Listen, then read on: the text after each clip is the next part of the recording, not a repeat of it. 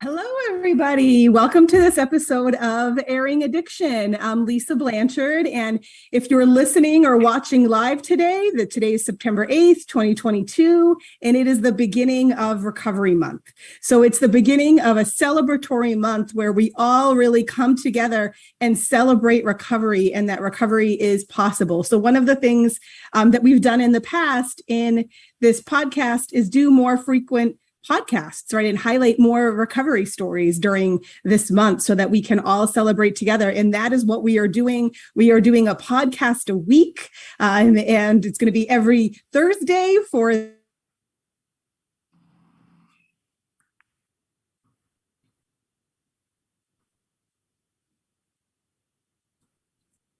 of September. Turn it.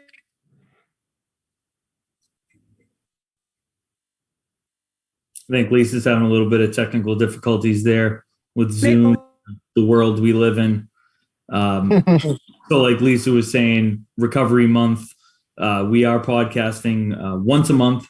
We are centered around theme. This year's theme that Samsha puts out is every person, every community, every family.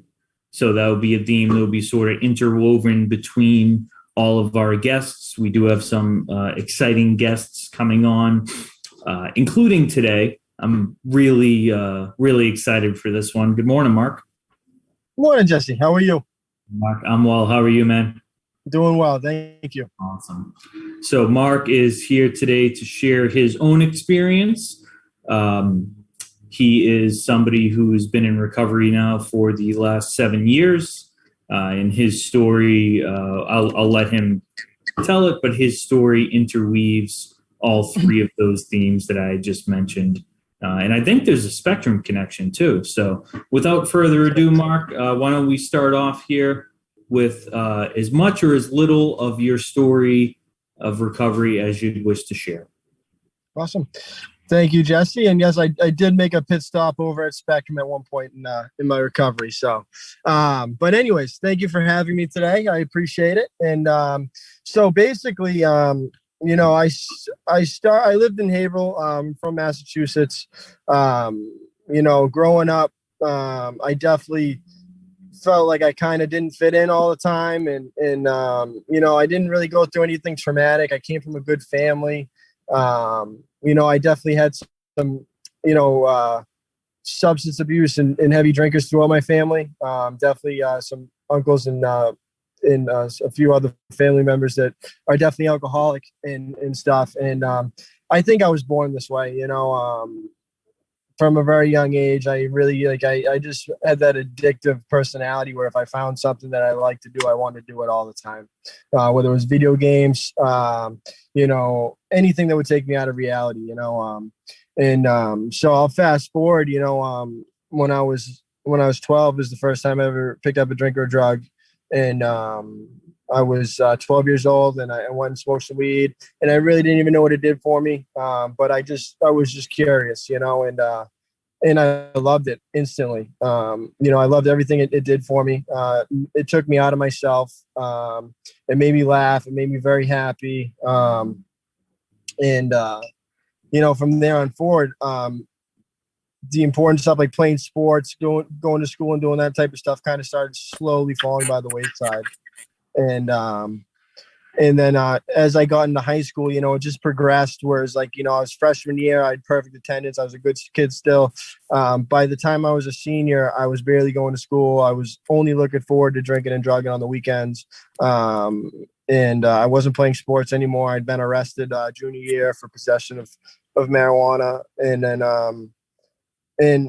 then after high school, I really didn't want to go to college. I took a semester off and I started going to college for criminal justice. And the insanity of this is I was in school and I was just I like to drink and drug, and there's a million schools that have criminal justice programs, and I was I'm just gonna quit school because I like to party and drink and drug, because I wasn't willing to give that up and sacrifice that to get a degree. And I started working full time. Basically, I was working I think my whole life I've worked 50 to 60 hours a week. To basically all my money went to drugs and alcohol. you know, I didn't realize this until after, but like, that's like basically all I did was look forward to getting high. Like I was obsessive about it. Once I put one in my system, like that's all I wanted to do. So I'll fast forward a little bit to get towards more of the recovery thing. But there was just a couple flag posts along the way. You know, I went out to Vegas with my friend for his bachelor party, and like all my friends left after 3 days. I stayed an extra couple days, and I didn't really sleep much. You know, I always told myself, you know, I can control this. I can do this but on my own. I can stop whenever I want. But when the day came to stop, I couldn't. I had no control over it. You know, I must have told myself I was going to quit doing drugs, like, you know, hundreds of times. And it's just like whenever the day came, I'd make an excuse or I would just keep getting high because I was addicted. And, you know, my first attempt at recovery, I went to detox out in Worcester, actually at CHL. And I stayed for a week, and that was the longest I'd ever been sober. And like, I thought that's all I needed was the drugs removed from my system. And that was not the case. I came home and I might've been sober for like a month. And basically a month in, I ended up picking up a drink because I felt more like a drug addict than an alcoholic. And I never felt like I had a problem with alcohol. But that led me right down the same path. And within a few months, I was back in treatment again. And I went to Tewksbury State Hospital for about 2 months. I went to detox and then a CSS, and I think it was TSS. And I ended up getting kicked out of there around Thanksgiving in 2014. And, you know, I started going to meetings. That was my first real experience going to meetings. I started going to some NA meetings. And to be completely honest, I wanted to get sober, but I wasn't ready. And I didn't really want to do any work on myself. I just really wanted to remove the drugs out of my system. And all that did was make me, you know, pretty miserable, restless, irritable, discontent, and a lot of things. If you're in a 12-step fellowship, what you feel, you know what I mean?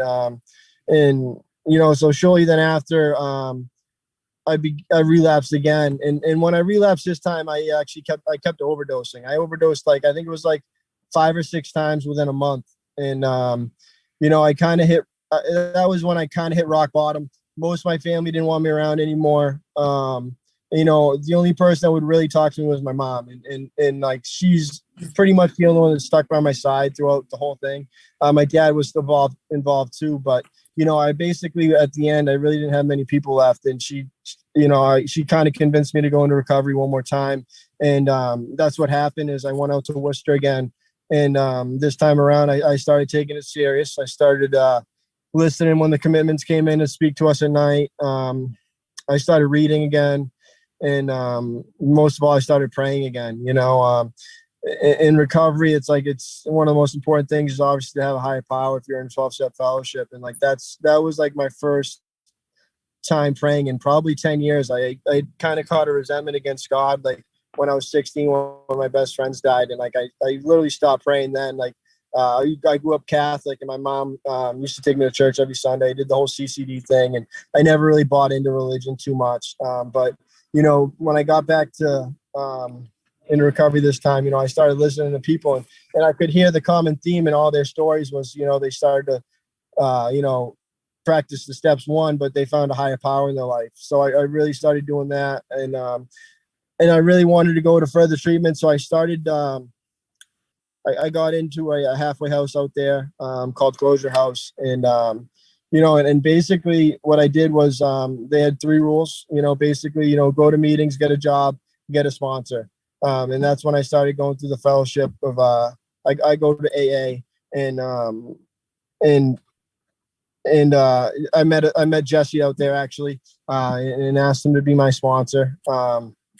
We were at I used to go to a Sunday night big book workshop meeting, and that's like my first experience with the big book. And, you know, I started learning and paying attention and I started going through the steps. You know, I did a 4-step, a 5th step, and I started making amends. And then I had the privilege to take a few people through the book. And, you know, I had a great experience. I was out in Worcester for 5 years. There was a lot of recovery out there, a lot of meetings. I learned a lot. You know, I honestly thought when I was a kid, like there was a book or something that I was supposed to read on life because I didn't know what to do. And it honestly, like, I feel like today, like that book is the 12 steps the big book of Alcoholics Anonymous. I go to that book a lot, and it saved my life. Going into AA and working the steps and getting a sponsor and going on commitments. And I stayed in treatment for about 2.5 years. I stayed at Crozier for about 6 or 7 months, and then I went to a sober house for 2 years, and I just stayed as long as I possibly could because I knew it took about 10 years to get me there. At least I had roughly about 10 years of using almost on a daily basis, and I knew it wasn't going to be a walk in the park because I'd failed so many times. The few times I tried it on my own, and that was the biggest difference, is like feeling like a sense of community, having people around you that were all striving to be the best versions of themselves. I watched one of the biggest reasons I got into doing the steps was I saw the change in the people around me. And I was like, I that's what I need to do to stay sober. Like, I can't, I've already tried it my way and it just hasn't worked. So that's kind of what I did. The last couple of years have been a little rough with COVID, and I really haven't been doing enough. And I just recently started going back to meetings like 2 months ago. I try to go to like 5 meetings a week in a step meeting. I try to stay connected to my network the best I can. I moved back to Haverhill. I don't live in Worcester anymore. So it's been a little bit of a challenge to create a new network. And I still talk to everybody out in Worcester too, but the great thing about recovery is everybody got their lives together. So now I have like friends in like 10 different states, and it's pretty cool to watch. And so, yeah, I mean, that's basically my story. As of today, I've been going to a lot of meetings, like I said, and I kind of stay close to my family and my network. And then I pray on a daily basis, twice a day, in the morning, at night, and throughout the day if I need to. And that's kind of it. Wow. Just wow. Thank you, Mark. Thank you for sharing. Yeah. Thanks. Thank you so much, Mark. And, I'm back. I had some technical challenges, so I'm sure that Jesse covered well for me. I actually had to abandon the computer and join from my phone, right? So we were going to have this podcast by any means possible. So everybody probably missed my introduction, but this is Recovery Month, and so much of what I hear in your story, Mark, really reflects the theme that the Recovery Month theme for 2022, which is every person. Of course, we really appreciate being able to highlight a personal story of recovery, right? So that there's real people behind, the story of addiction and really especially recovery. But I also heard you talk a little bit about family, right? So it's every person, every family, every community. And so I wondered if we could spend a minute just talking about that impact on family. You said that, your mom really, really stuck by you, even when the rest of your family was kind of done, right? Which is it's just typical, right? It's hard to be a family member of someone who is not doing well, right? And it's a real challenge. And so can you talk a little bit about what that meant to you to have your mom stay by you, and what your relationship with your family looks like now? Yeah, I can definitely do that. And I can definitely elaborate more. Like, my mom is like, she's a very kind of religious person. She prays every day. And she kind of talked to me about like a lot of the cliche sayings you hear in recovery, like take it a day at a time. She was telling me this stuff years before I even, listen to people tell me about it and do it. And, but she's always been a very highly motivated person. So she was constantly trying to, to some extent when I was a kid, she controlled me a lot. Like, just don't hang out with these people, don't do that type of deal. But at the end, she was just very supportive. And she was just like, I want you to, I can't sit here and watch you, do what you do to yourself anymore. So you can't stay here. But if you get into treatment, I'll kind of be there and I'll help you out. And for a while, I feel like the first 3 months or so that I got into Crozier House when I was there, like she was like the only person I talked to, I think, outside of the people in the house and people at work, so she was always there, always she drove 2 hours to give me a ride, to give me stuff in treatment, drop off some books, give me some clothes, and all that stuff. So she never quit on me, and I feel like that gave me a lot of inspiration to do that, to keep going. And and I have a younger brother too, and like he was born when I was 18. So like the first 10 years of his life, I didn't even have a relationship with him at all, really. I was out busy work and doing my own thing. And I was, most of the time I wasn't sober, and I just didn't, want to be around him. So today, like, I have a great relationship with him. We hang out a lot. We'll play video games sometimes. We'll, go to the movies, and I'll do stuff with him. He's actually about to graduate high school now. And I couldn't be prouder of him. He goes to a private high school, but he's looking at colleges and doing stuff that I never did, which is awesome. Me and my father today have a very good relationship. We usually go out to dinner at least once a week and stuff. And my sister, who my whole life was 2 years older than me, like, we never really had a great relationship. Since I moved home 2 years ago, like, we have a very good relationship now. We talk to each other all the time. We text each other all the time. So it's changed dramatically from when I was like out there using. I hid from them. You know what I mean? Even if they wanted me around, I didn't want to be around them, type of thing. You know what I mean? Because I really didn't want them to see me how in the condition I was. So that relationship has changed a lot, and I'm very grateful for that. Sounds like recovery's really impacted every area of your life, huh? For sure. Yeah, it does that. Yeah.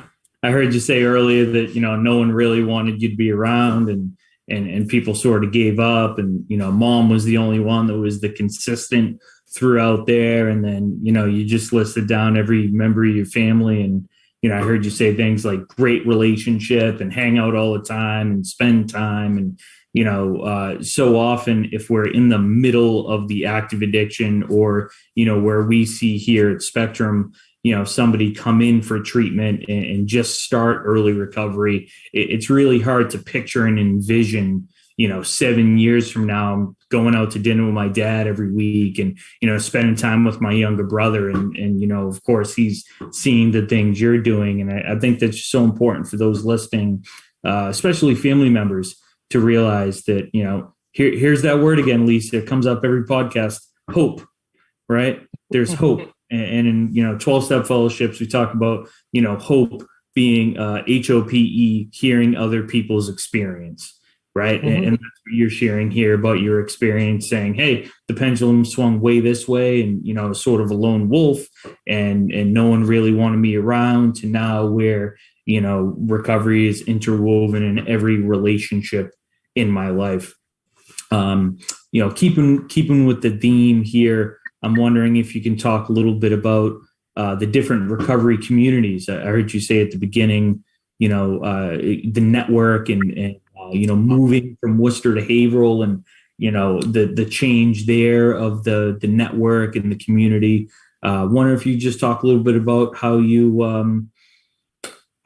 relate to the community around you in recovery in different areas and throughout your recovery when you moved. Yeah.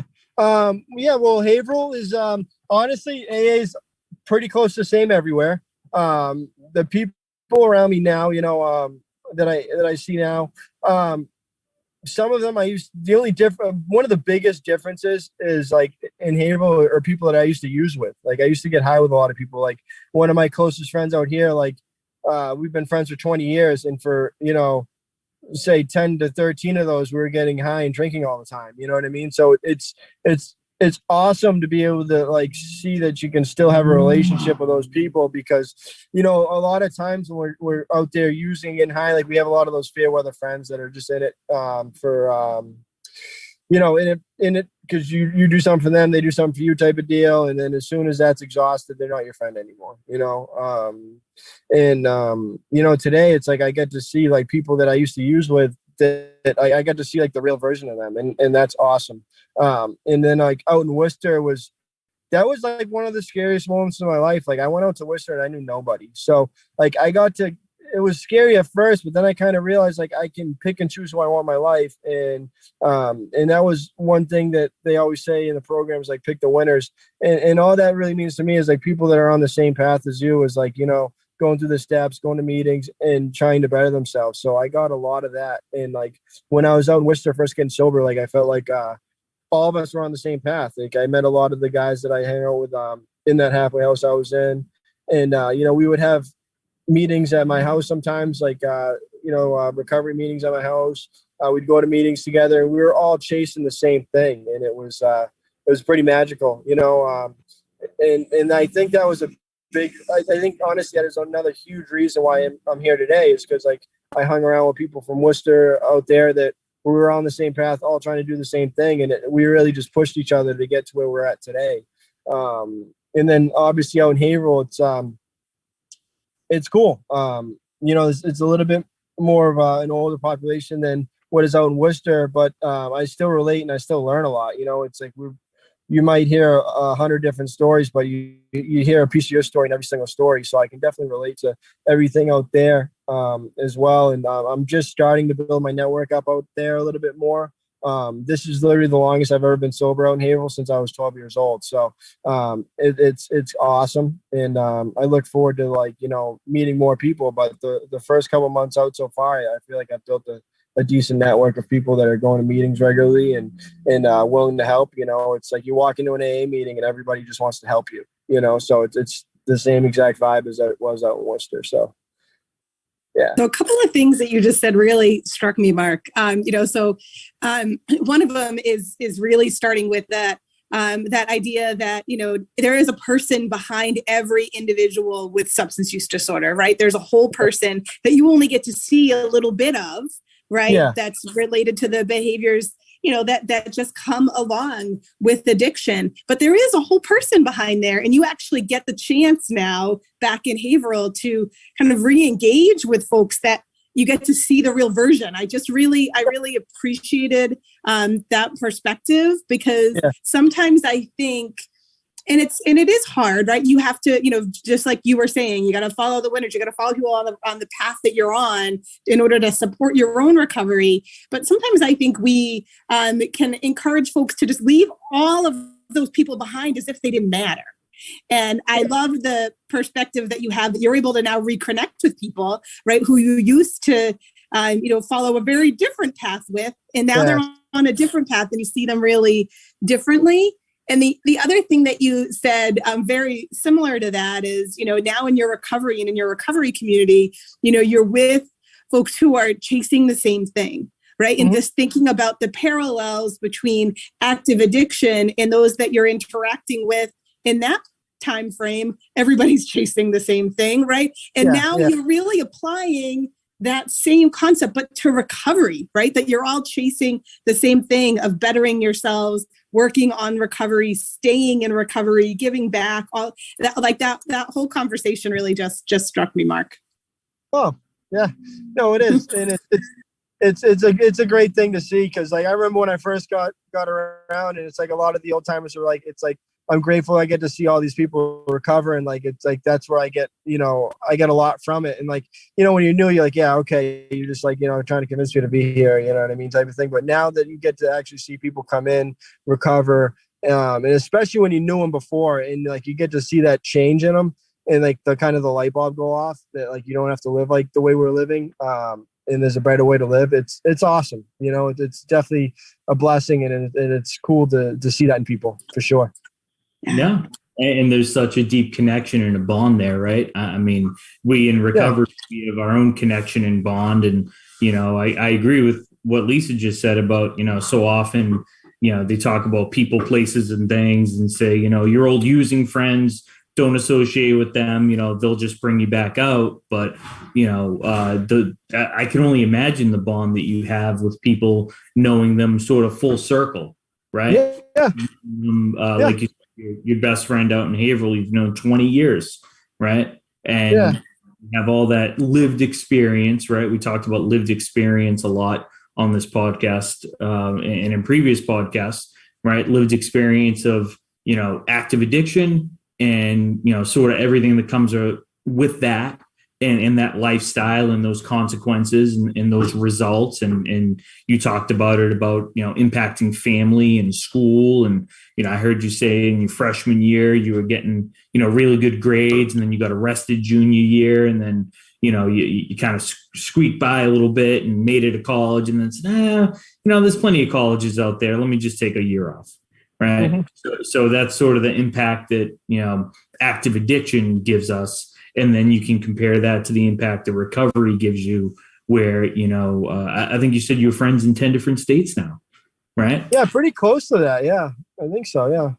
Yeah. And like real friends that you can call up It's not the sort of scorekeeping. I did this for you, so you do this for me type of deal. And I guess speaking of that, if you wanted to speak to what life looks like as far as having fun, as far as fellowshipping and socializing, and speak a little to that so that people can listen. Maybe someone new listening can get a little hope about what life is like in recovery, like to enjoy life.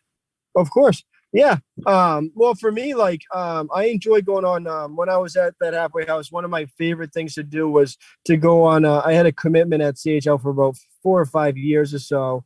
And we would always go to that commitment, and then we would all go out to dinner afterwards. And I really enjoyed going out to dinner with everybody and getting to know more about them and where they come from. But there is so much stuff to do. I've done a lot of stuff in recovery, and some of it's not fellowshipping, but I've gone skydiving. I've gone trips with my family. My family went to Aruba a few years ago and invited me down there. Beginning of the year, this year, I went to Miami with a couple people in recovery to watch the Patriots-Dolphins game. But there's so much to do in recovery. Like, that was one thing that scared me to death is how am I going to have fun in recovery? And it's just like, I used to ask myself that, and it's just like, I'm not even having fun using anymore. You know what I mean? It's like, it's got to be better than this, but there is so much to do. One area that I look forward to going more into maybe this year is going to some of the conferences. They have a ton of conferences. I swear like they have a conference every weekend, there's never any shortage of stuff to do in recovery.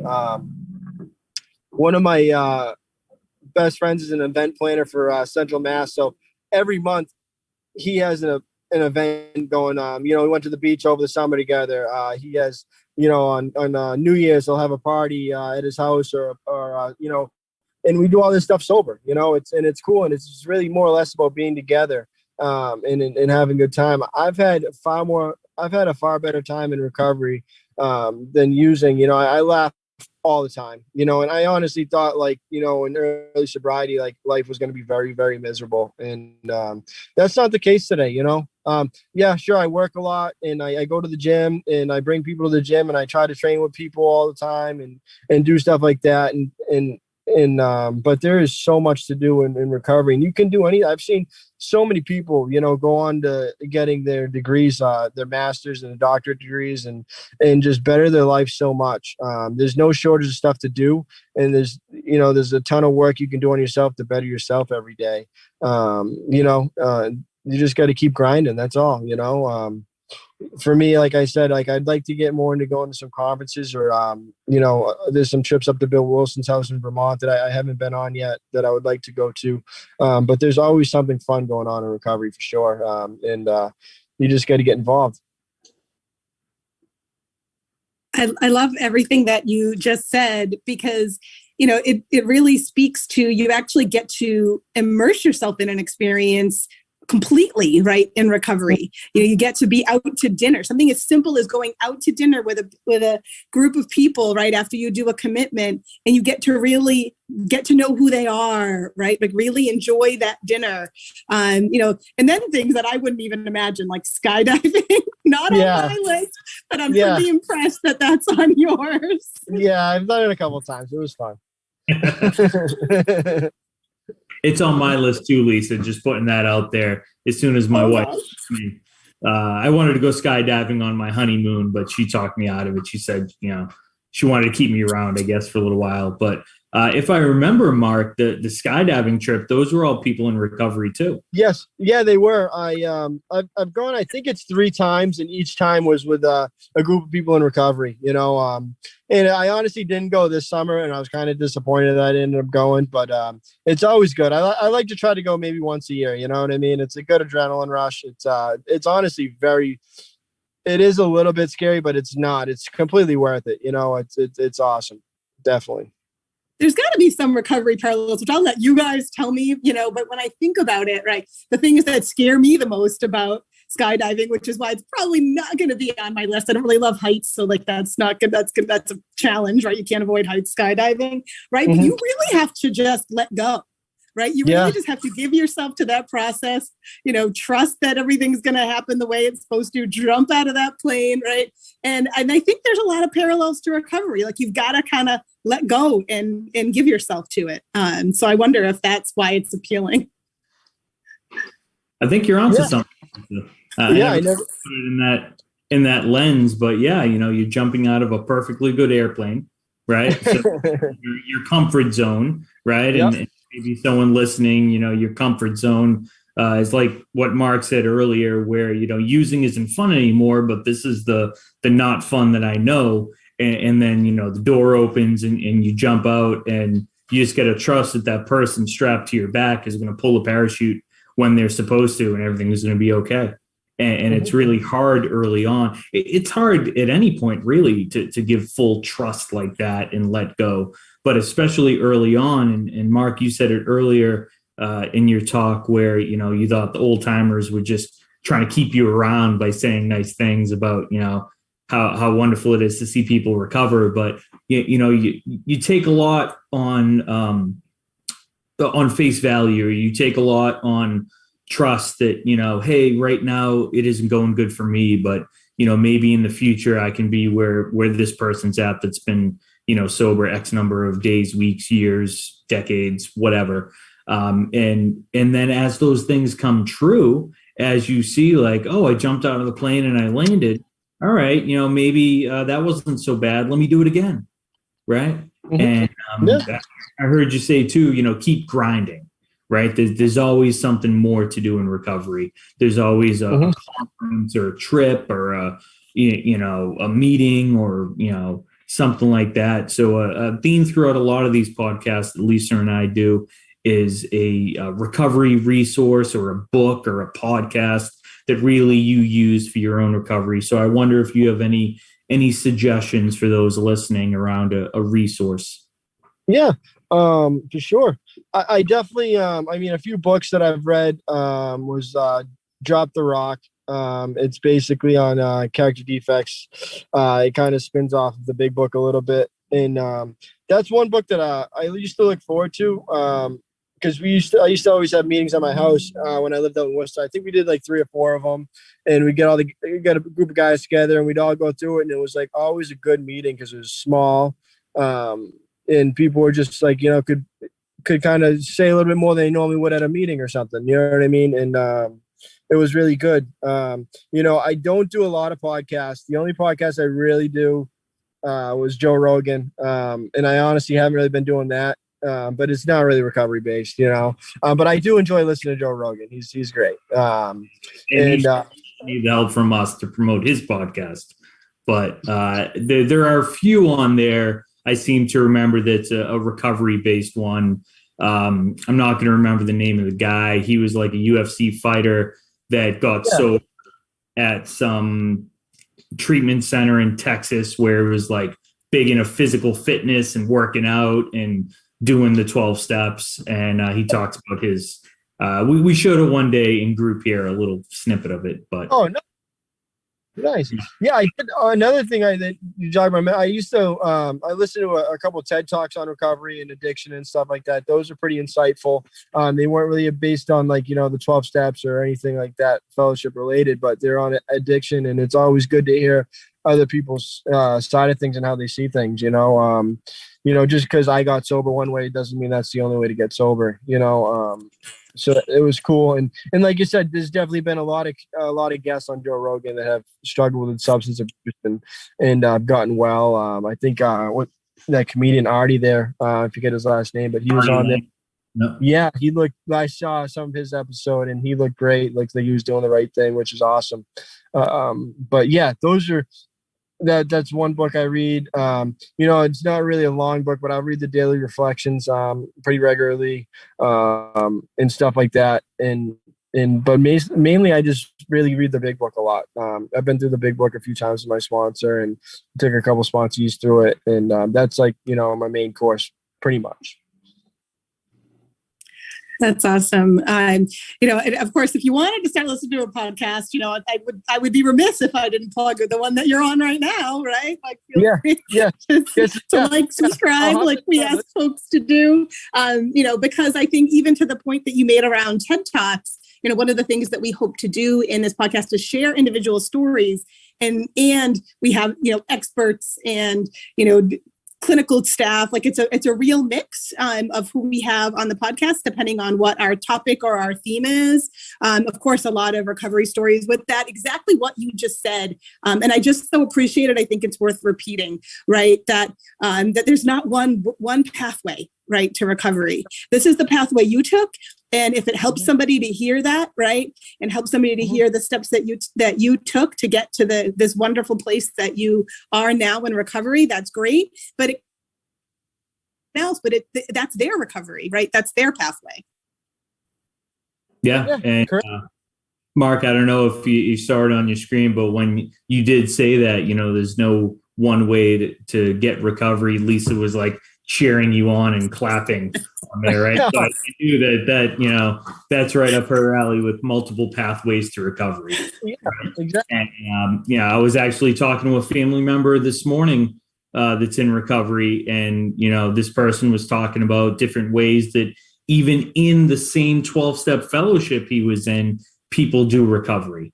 And you may you said it early on here, Mark, that AA is pretty similar. Different places you go, the central themes and messages, and sort of in the clinical world, I associate that to this thing we call the golden thread. Right, when someone comes into treatment, we want everything that we do with that person to sort of follow a central theme, and it's woven throughout. Like when you meet with somebody for the first time, and then develop treatment plan goals, and so on and so forth. And I do agree with you in the sense that you go to a meeting and there's a message of hope, and there's some central theme throughout. But there's plenty of people at meetings that have very different views on that actual meeting they're all in together.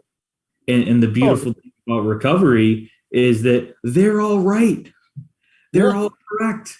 If it works for them, right? Then that's the multiple pathways, within one pathway, or doing something, very different than somebody else. And, if the outcome is happy, joyous, and free instead of restless, irritable, and discontent, then I would say that person's doing something right. Yep. 100%. Yeah, I can definitely agree with what you're saying, Jesse. And they, there's definitely more than one way to recover from the hopeless state that I came into, you know what I mean?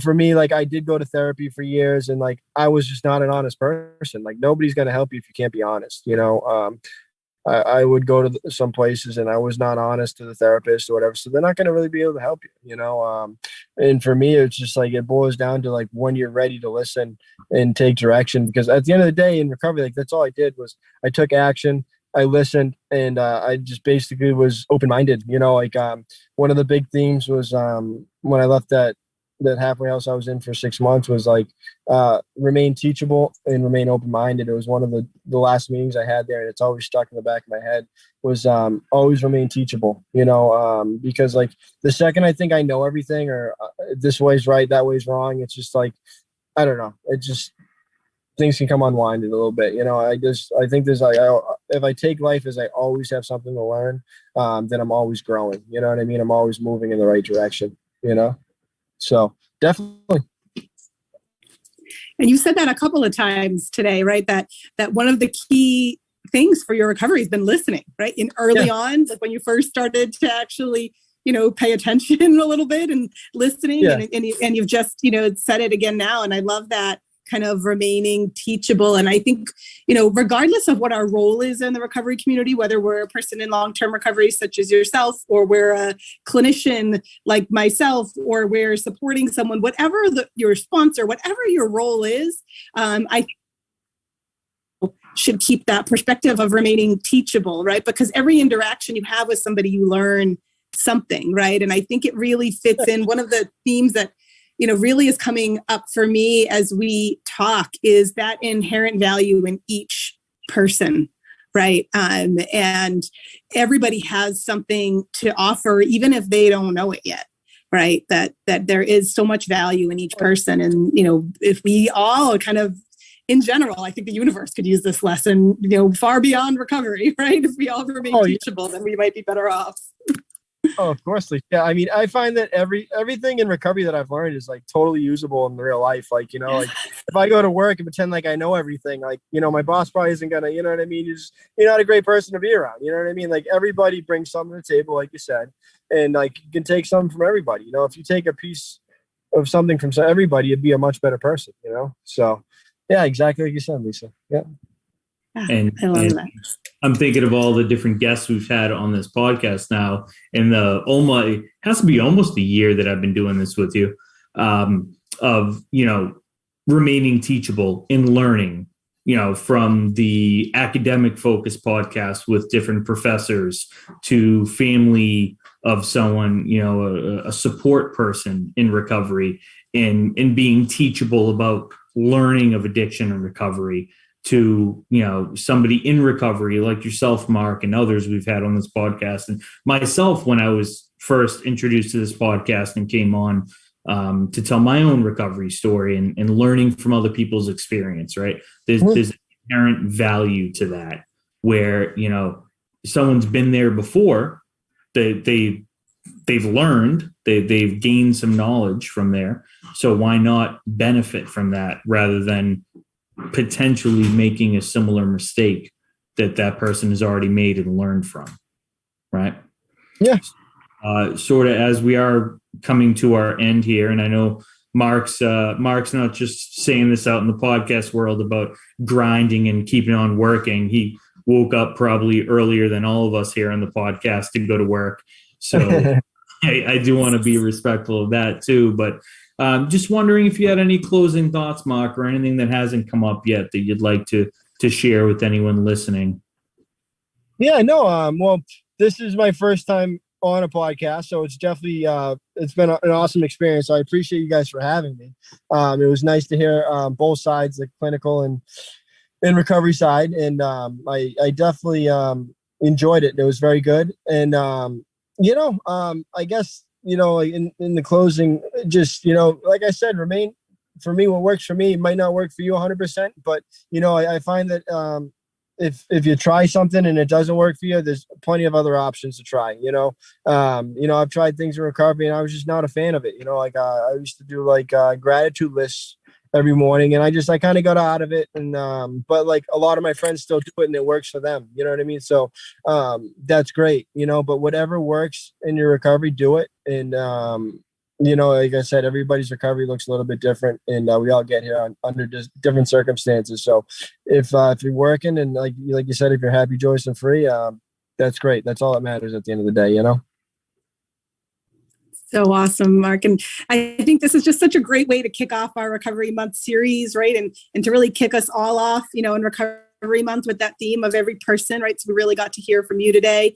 Every family. One of the things I'd like to make sure our listeners know about is that Spectrum New England Recovery Center do offer a free family support group every Wednesday night, 6 to 7:30.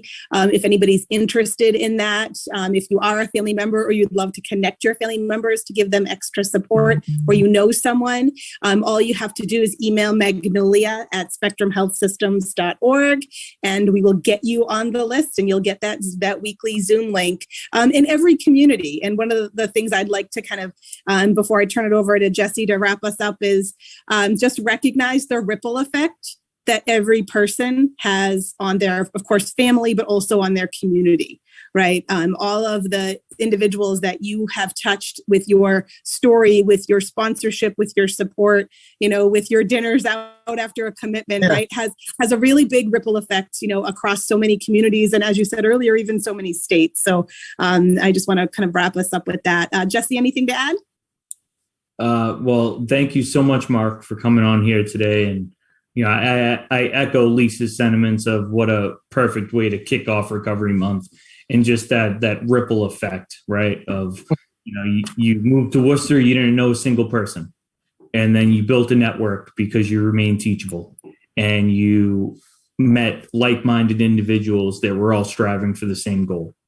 And now that ripple effect has broadened itself to many different cities and many different states. Right. So I thank you so much for coming on, Mark. And to anyone out there listening, Mark's story is not unique in the fact that it had to be his person, place, situation, thing in order to get these results. These results can be multiplied no matter who you are, person, place, thing, situation, your unique circumstances. I think some themes to take away from here are remaining teachable and keeping grinding, and you get good results. So thank you so much, Mark, for joining us. Yeah, thank you, Mark. I appreciate it. Until next time. Till next Next time. week.